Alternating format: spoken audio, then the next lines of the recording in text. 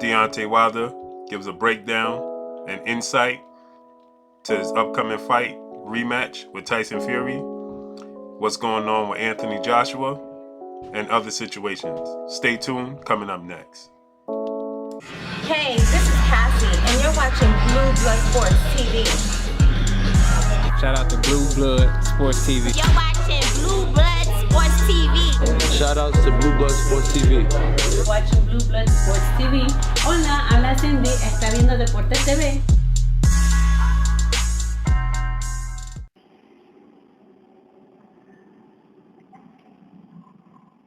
What's going on, man?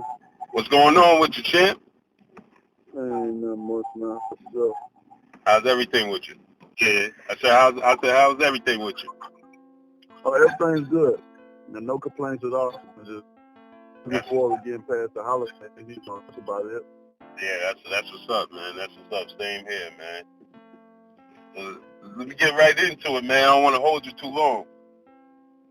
Okay, let's make it happen.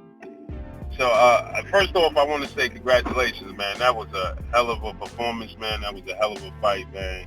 The atmosphere, the whole, man, that just uplifted the sport of boxing, man. Do you feel the same way, man?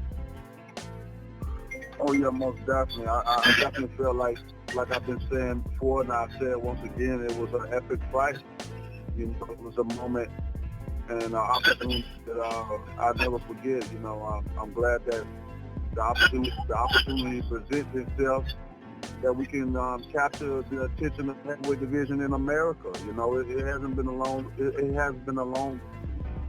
long time since we got American, you know, heavyweights, you know, to come and do the things that they're doing, especially American heavyweight champion. You know, it haven't been done in a very long time. And to be able to carry the torch, you know, it was an honor to be able to have that event displayed that night in LA. And man, I'm ready to do it again. Yeah, and you know, we hear a lot of rumblings, mainly from Eddie Hearn, talking about the fight didn't sell out and so on and so forth, man. But I walked around the stadium, and I walked up and down the aisles. I went in the crowd, and there was, I don't know if you noticed, but security, I don't know how people was getting in, but there were people illegally getting in, standing in the aisles. They didn't have tickets. They didn't have seats. They were standing in the aisles, and security was putting them out. That's how packed it was. Did you know about that?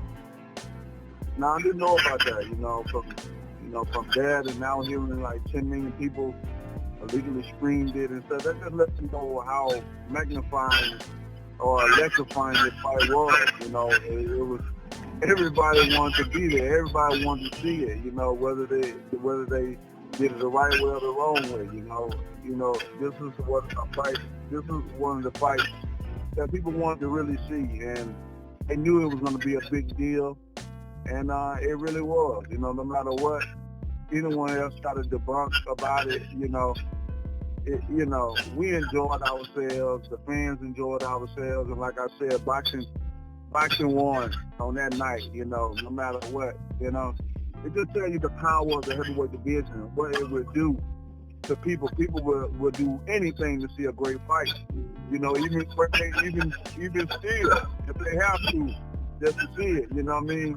Right. Or even try to break in to see it. You know, but it's funny to me now. But you know, it was a great fight. You know, and I think that the attention is on the heavyweight division now, and it's exciting. It's just an exciting time to be a heavyweight at this point in time, and I just want to make it better. You know, I'm looking for more great fights. You know, I think I've done a hell of a job this year of fighting the best, you know, and that's all I ever want to do is fight the best, and I think I did a great job in having Luis Ortiz and coming back having Tyson Fury. You know, was two undefeated guys at the time.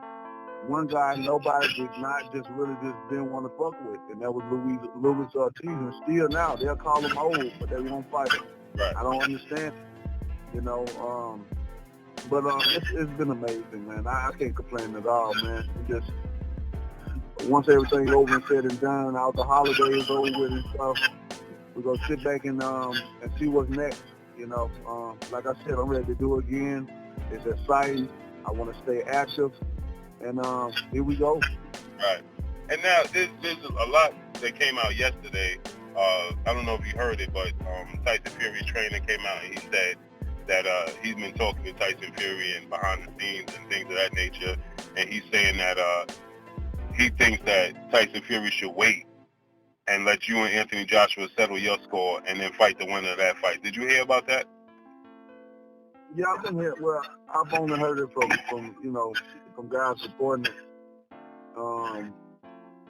And different. I heard, that's somewhere I've heard it, like from you guys or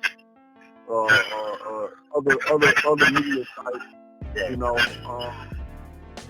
Well, who knows? What I mean? If Tyson Fury ain't said nothing yet, then everybody got to sit back and wait.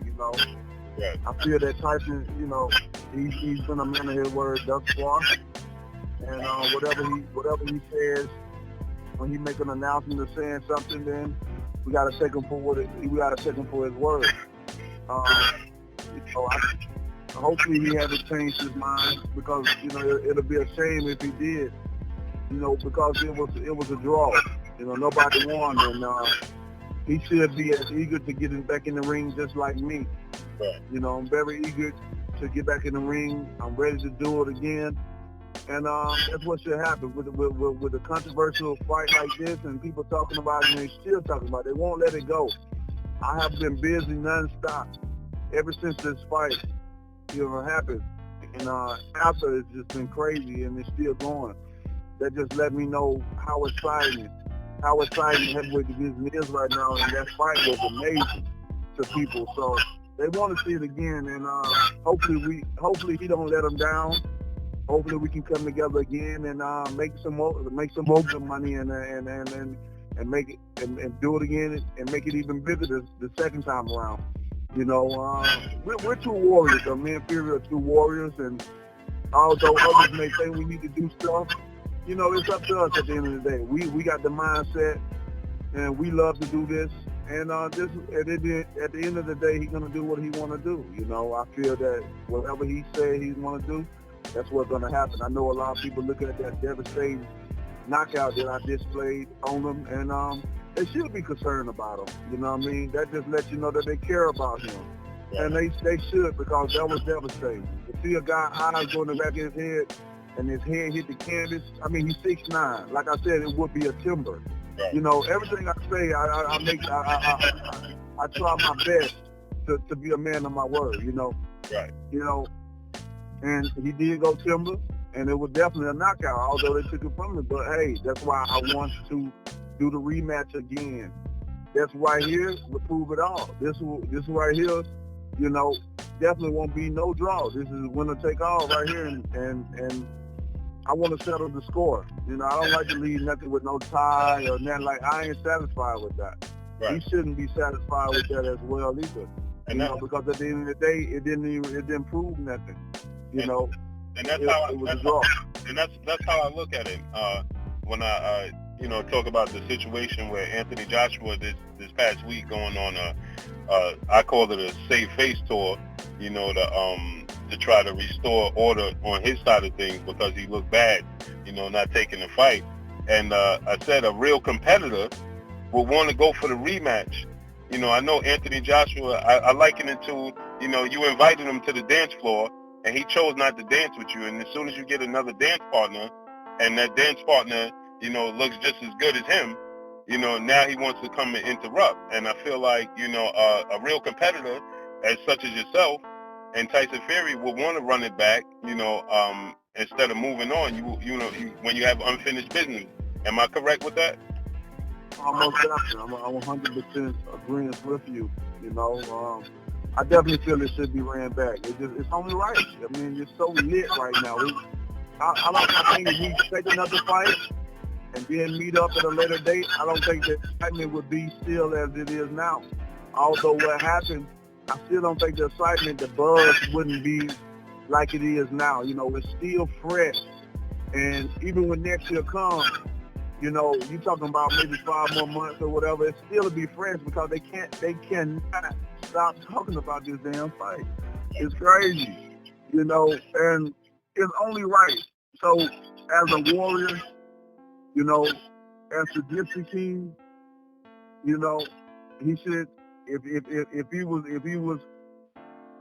real about what he said, doing all those things, if he a real true warrior, he'll accept the challenge and take the rematch, no matter what. You know, I mean, this is the business that we're in, and we both have different things that we display. You know I display power. He display boxing, and you know he should come in with confidence that he's gonna box me, and I'm gonna come in with confidence I'm gonna knock him out, and let's get it on again. You know. Yeah, that is how I'm thinking about it, you know. But it's gonna be up to him at the end of the day. It's his family, it's his team, and it's his health. You know, so you know, at the end of the day, we all want what's best for each other, and whatever decision he makes, then we must respect it. If he fights, then that'll be great for both of us. That'll be great for boxing, and that'll be great for the fans of boxing. If he chooses not to fight, then we still wish him well and may God be with him throughout his journey on his career.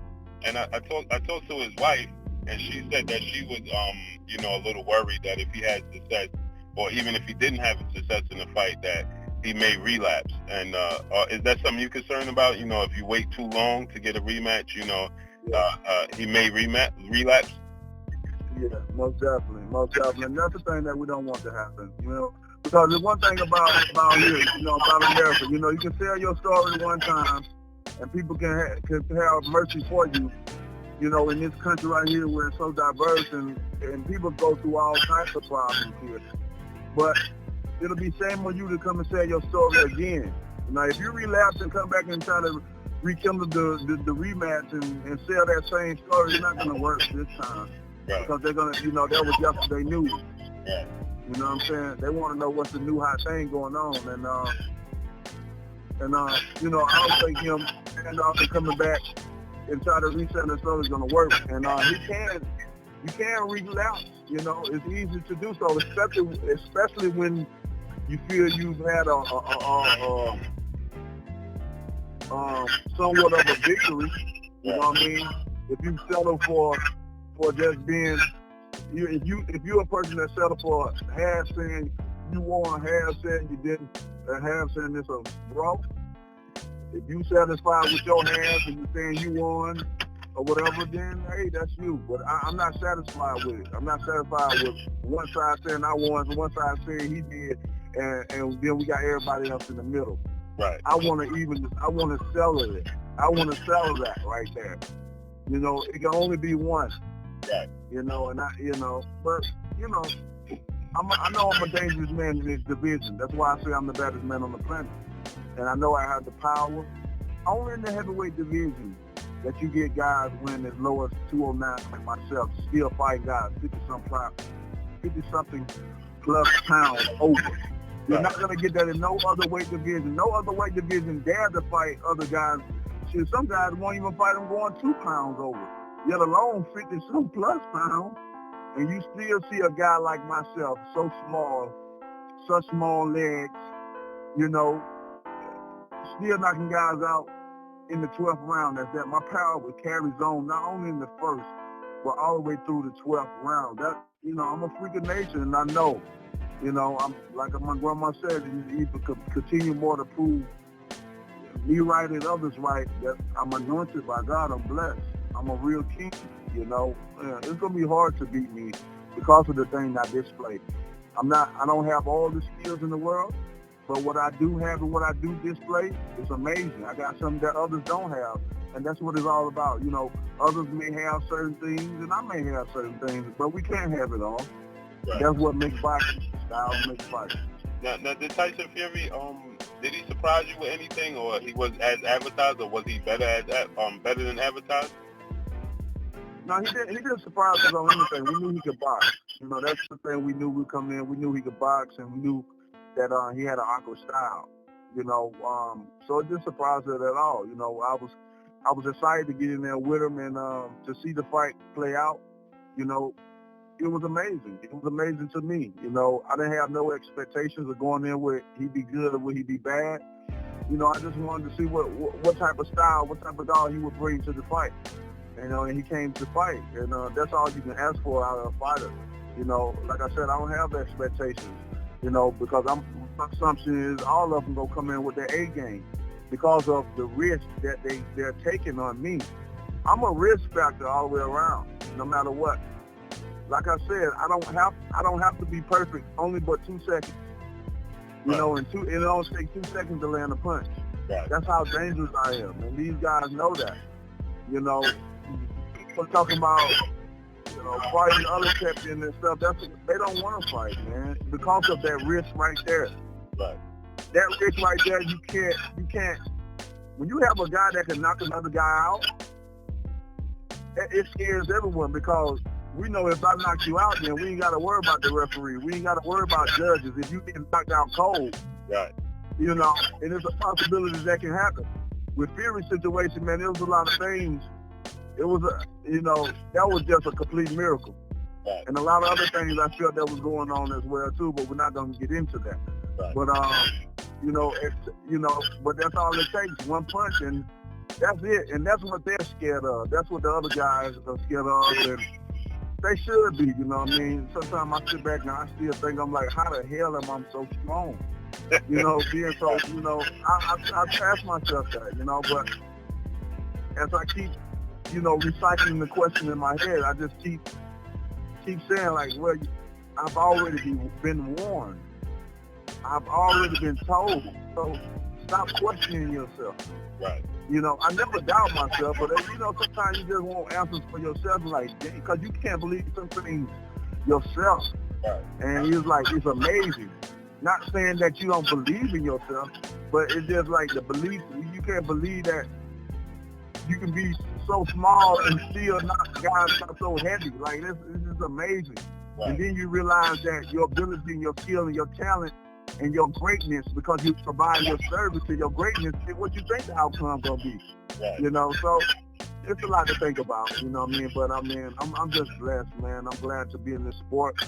I think I'm in the right sport, and my career is definitely blooming, and it's onward and upward for me, you know. And I'm excited. I'm excited about you know, about the heavyweight division and where it's about to go. And another thing, so Anthony Joshua finally admits that the $50 million offer was real. He said he was honored that you guys even offered him that. He said, but the reason he couldn't accept it was because he had other obligations and other commitments that would take portions of his $50 million. And I said, what does that have to do with Deontay Wilder? Because if you offered him $50 million and he has other obligations, I liken it to this. If I have a wife and I have kids, so if you know, you give me $50 million and I have to split that amongst my wife and my kids and my family and other obligations, that has nothing to do with you per se, because you gave him the offer. What he has to do with it is his business. What do you say about that, Jen? Exactly. You know, they don't have nothing to do with me. But and another thing for me, my only issue is that if that's the case, then why the hell did you ask for it in the first place? You already knew you had these obligations to fulfill. Why you sit up there and ask for it in the first place? Was it to try to call our bluff? You know, or you know, because you know the pie got put in his face. I don't know what they were trying to set up or try to do or trying to prove. But we gave you what you asked for, and that's all we could do. Other than that, it shouldn't nothing else be said, you know, because, you know, he knew the money was real. They knew the money was real from the start, though. Right. You know, but they need some smoke screens to save them time. You know, they always try to find something to save them time, buy them a little bit more time so they can come up with other strategies. Right. You know, you know, man, it's just sad. You know, when it's talking about this fight in particular, you know, you get that down feeling because it's just sad that it is what it is. You know what I mean? I'm not gonna lower my standards no more. Right. Than what I've already did in the past and tried to do. I tried to give the world, bro. Right. I tried to give the world what they wanted to see. So if this fight don't happen, man, I can't be down. I can't be sad because I literally gave it my all. I tried my best, you know, to make this happen. And another thing he said was, he said that he couldn't sell his soul for $50 million, and he owed it to the UK fans to fight in front of the UK fans and fight for Undisputed in front of UK fans. But now he's come out as of yesterday, and he said that he's willing, him and Eddie Hearn come out yesterday, and they said they're willing to fight you here in the States. They want to fight at Madison Square Garden after they got the experience, but they're willing to come here and fight you now in the States. And if they can't get the fight with you, they're willing to take the fight with Gerald Big Baby Miller. And I'm like, well, why would you choose to come here and take less so you missed the opportunity to come here? So what happened to the loyalty to the UK fans? What happened to having to fight there? What do you say to that, Champ? You know, it ain't no surprise at this point. It ain't nothing that they say is a surprise at this point in time. You know, we know what they're about. They're about playing games, you know. And it's sad that they have so many people in the UK follow them and follow behind them like toilet paper in their ass, you know, and still put up with this mess, man. It's crazy. They didn't want to blame me. You know, they didn't want to blame me not wanting to fight or whatever. Everybody told I ain't scared. Man, I've been fighting all my life, bro.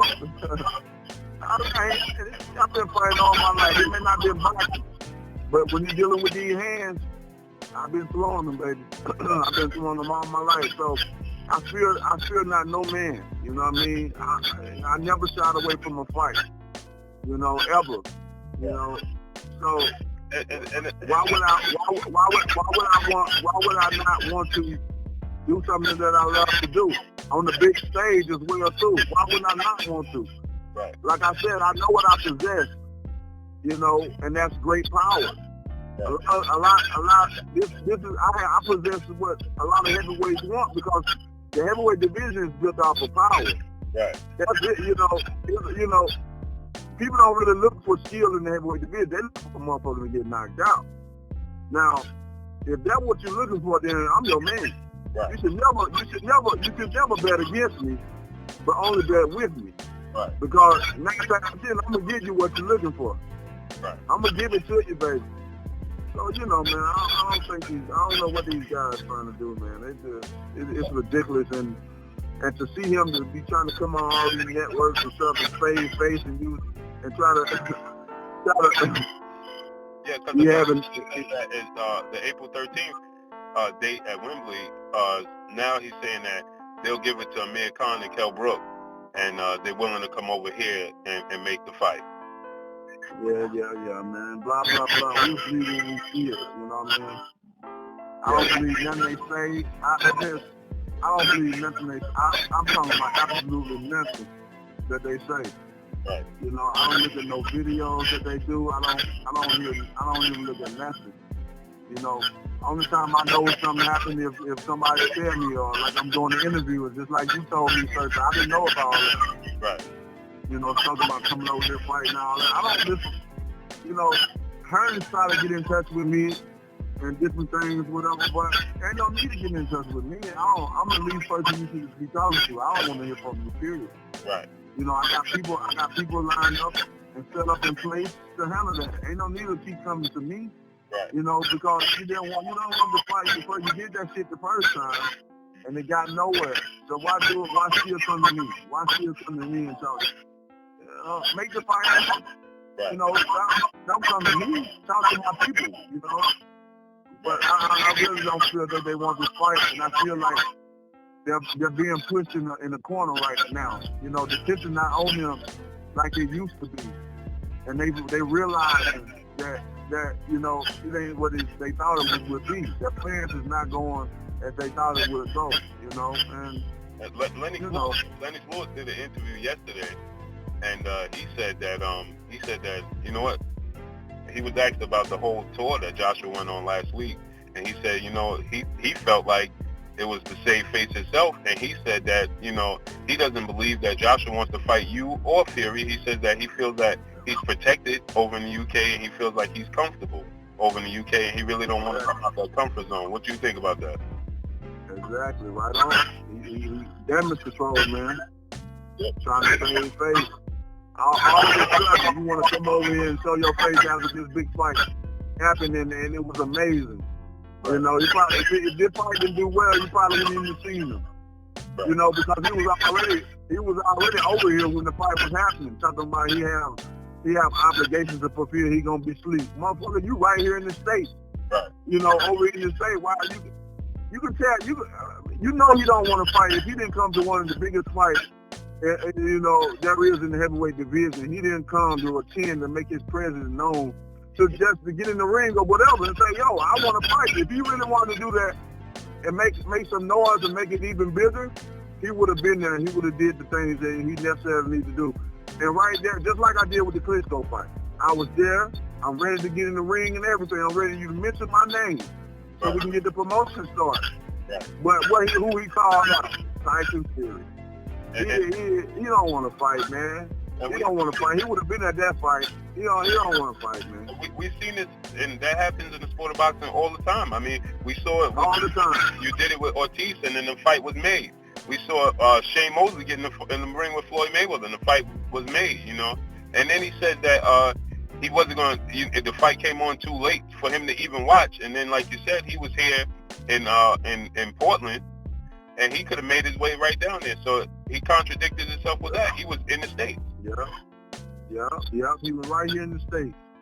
And you know, man, but you know, man, that's what these guys do, man. If they start contradicting the line, you know, and you know, if they start it, that's how they're gonna end it. That's what they know. That's what they do. Right. But if their people is buying into it, then hell, why? I mean, shit, they gonna keep it going. Right. If you have the zombies following you, then shit, hey, you gonna keep it up.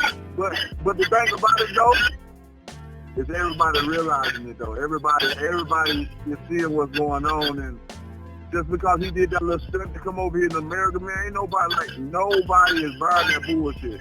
Like nobody. The only people that buying it is the people that likes him, you know, fans of his or whatever. And they're mostly the UK people. You know, but over here, you know, everybody that talked to me, everybody that seen it, whatever, and when he was on texting me, they ain't buying that bullshit, man. Right. Even the interviewers, although they got to do their job, they ain't buying that shit either. Right. Because they know he would have, if you ask him for something and we giving it to you, there it is. You know, if you offer me something and I'm agreeing to everything, right, and you still don't want to do it, there it is, you know. Right. They don't want to fight, man. Like Lennon said, he don't want to fight me, nor do he want to fight Fear. He don't want no stiff competition. You know, he don't want nothing that's going to be real stiff and put him in danger. Right. You know. Blue Blood Sport TV, baby, from the Empress. Much love.